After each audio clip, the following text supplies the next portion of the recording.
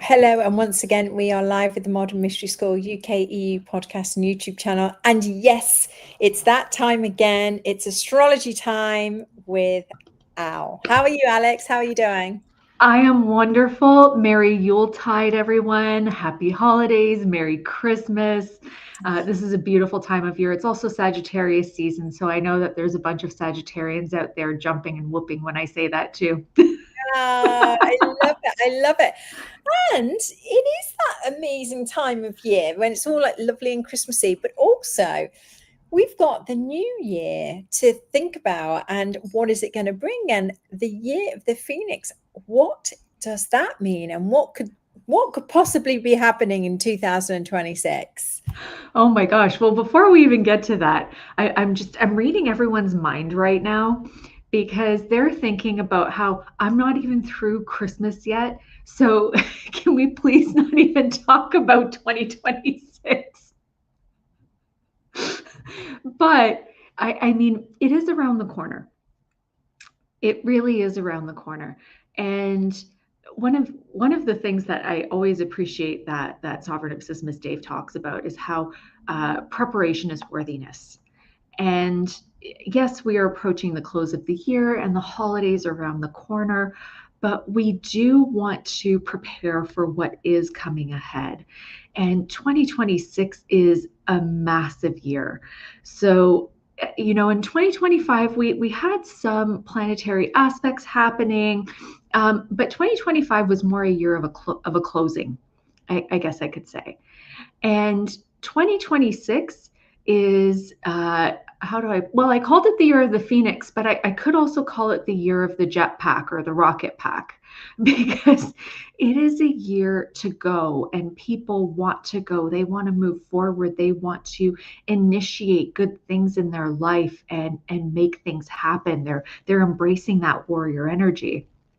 And so we have both Saturn and Neptune that are moving into Aries, which is essentially they're both beginning a new cycle. And so that energy of I need to move forward, I need to make things happen in my life. And I think a lot of people are going to feel a bit of a pressure to make things happen. And I like pressure. So that for me sounds good, but some people might not like the sound of that. well, pressure isn't everybody's friend. Some people have a good relationship with pressure and others not so much. And it's kind of interesting that it's Saturn and Neptune because Saturn is this very grounded, tangible, practical planet who does point out our failings, so to speak, but also points them out in constructive ways so that we can build in our lives. He is the planet of foundations as well. But then we have Neptune. And Neptune is this very spiritual planet, which very much governs over our social ideals when we look at it on the collective. And and Neptune is about as impractical as far as the planets go. So I find it interesting that they're both beginning this journey into Aries. And so Neptune enters on January 26th, and Saturn enters, just over 2 weeks later on February 13th. So like the day before Valentine's Day.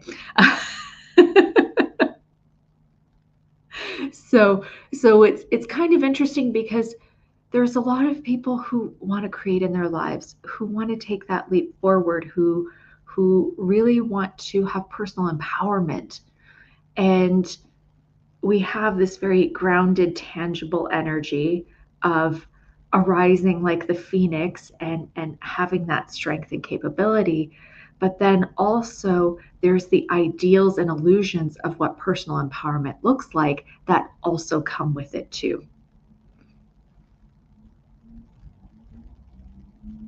Very interesting. And coming back to this legend of the phoenix, um, part of the reason that I chose this theme is because of the magic of fire that we are stepping into in 2026. And fire is a really interesting element it is incredibly powerful when channeled in the right way, but it can also be incredibly destructive when it is misused or not controlled properly. And so with Saturn and Neptune entering into Aries, and later on in the year, Jupiter will be entering into Leo as well. There's going to be a lot of fire energy, which is supported by the air that Uranus and Pluto will be bringing from Gemini and Aquarius there. And so it's really inherent on us to master the power of fire and to be willing to undergo that alchemy. So in the legend of the Phoenix, it's kind of interesting because there's differing sources on where the legend actually originates from. And so the best guess is that it's actually Greek in origin, although there are some claims that it is Egyptian. But the Egyptian sources also point back to the Greeks. So they just keep pointing back at each other. So we're not sure. But the phoenix was this legendary bird. Of course, it arose from the ashes and flame of its deceased predecessor. But what it would do is every 500 years, a new phoenix would be born and would emerge. And so it would arise out of the ashes and the remains of the previous phoenix who passed. And it would also take what remained of the previous phoenix, and it would actually wrap it in a ball of myrrh. And it would take it to the temple of the sun to be honored and to be worshipped as sacrifice for its new life.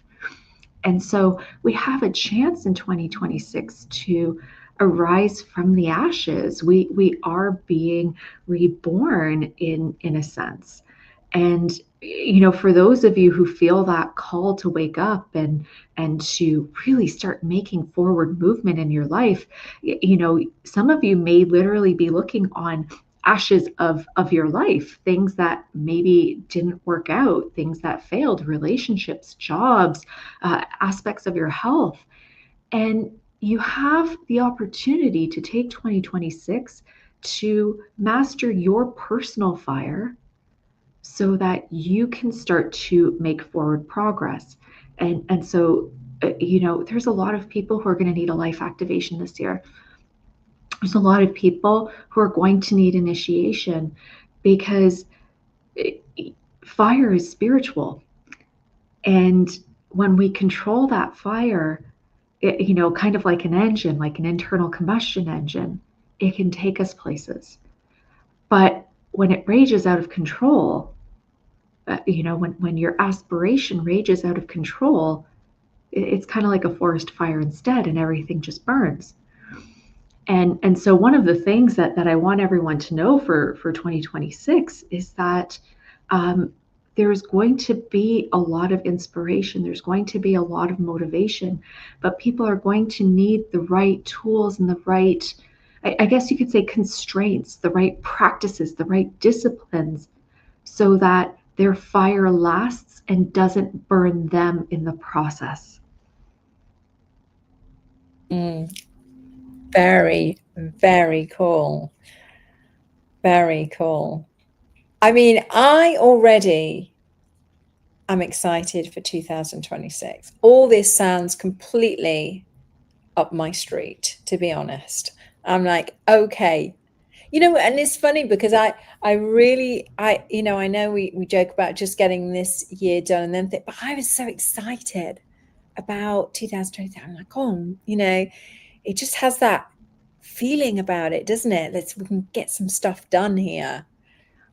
Yeah, that's the fire of it, but it's not just the fire of it. I mean, I was looking through all the aspects that we have, and in July there's this, I kind of likened it to like a ballroom dance. It's like a waltz of the planets, because Jupiter makes a whole bunch of positive aspects, and so does Uranus to the other outer planets in July, creating this beautiful symphony, this beautiful waltz where things like deeper lasting peace, maybe deeper economic shifts are possible, so that people aren't stuck in survivability anymore. Very important. Very important.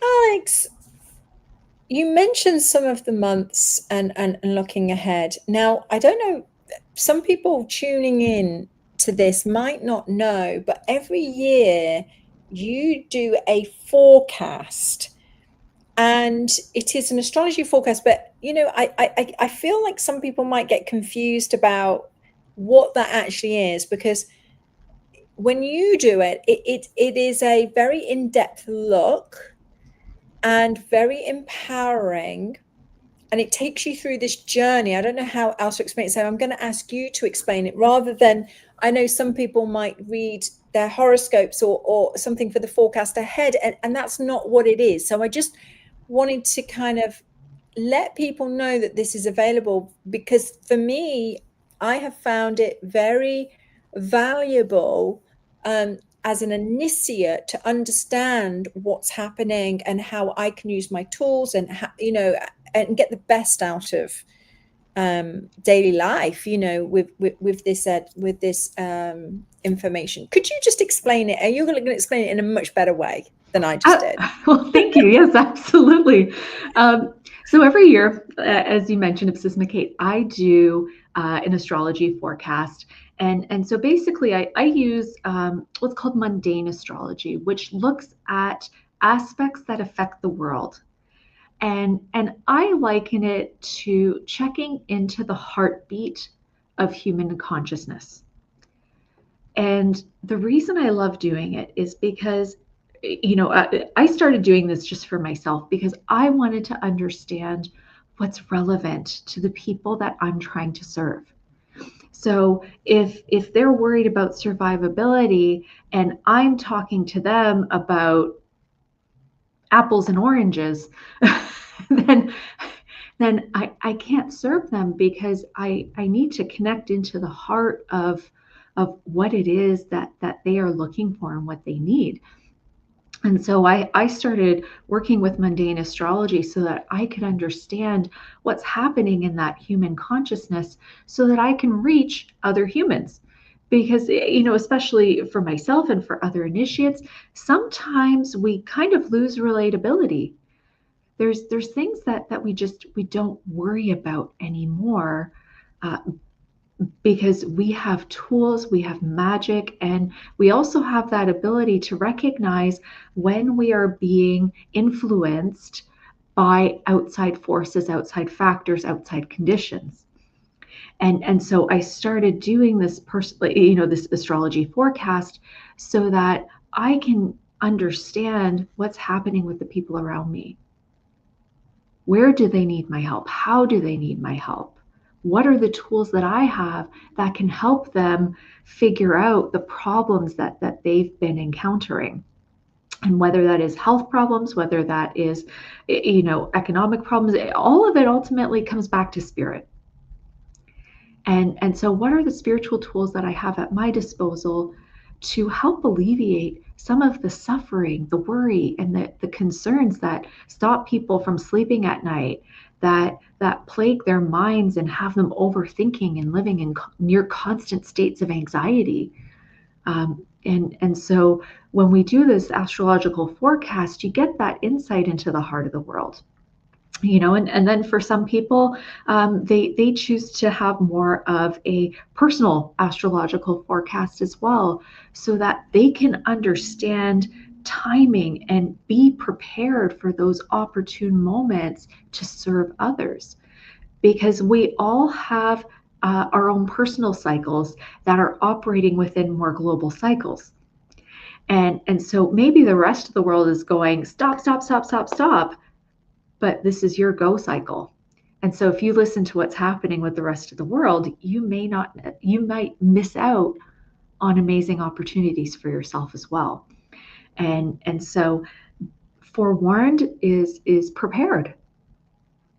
And Oh, go Yes, ahead. I was going to say, yes, it is. And I was going to say, when is it happening and how can people join? Can anybody join, or is it just for initiates? So this is completely open to anybody.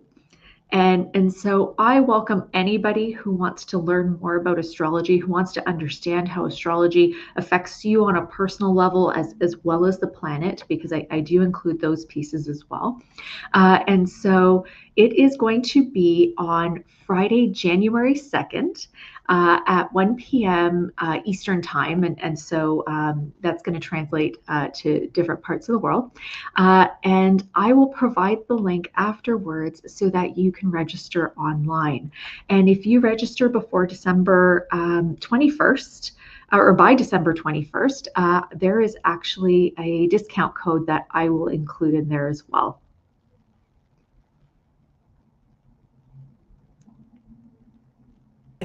Put myself on. Amazing. I am so excited for this. I love this every year, and I share it with all of my clients and everyone. So please do not miss out, everyone. This is just such a great resource, and it's just a really lovely thing to be part of. And make sure you set aside a good amount of time, because Aleks always overgives. She's very generous. And so please, it is, it's not a quick half an hour thing here. We're talking, In very depth. in depth. So set aside, time, get really nice and comfortable, get settled in, and get your snacks ready and all the rest of it that you need in your notebooks, and away you go, because it's just such a fantastic, I want to say 2 hours, but it's often more. So Yeah. it's often a lot more. So it's just such great value for money. It's such a great resource. So please, please, please tune in. Is there anything else you want to add that we haven't covered? Oh my gosh, maybe just a blessing for 2026. Yeah.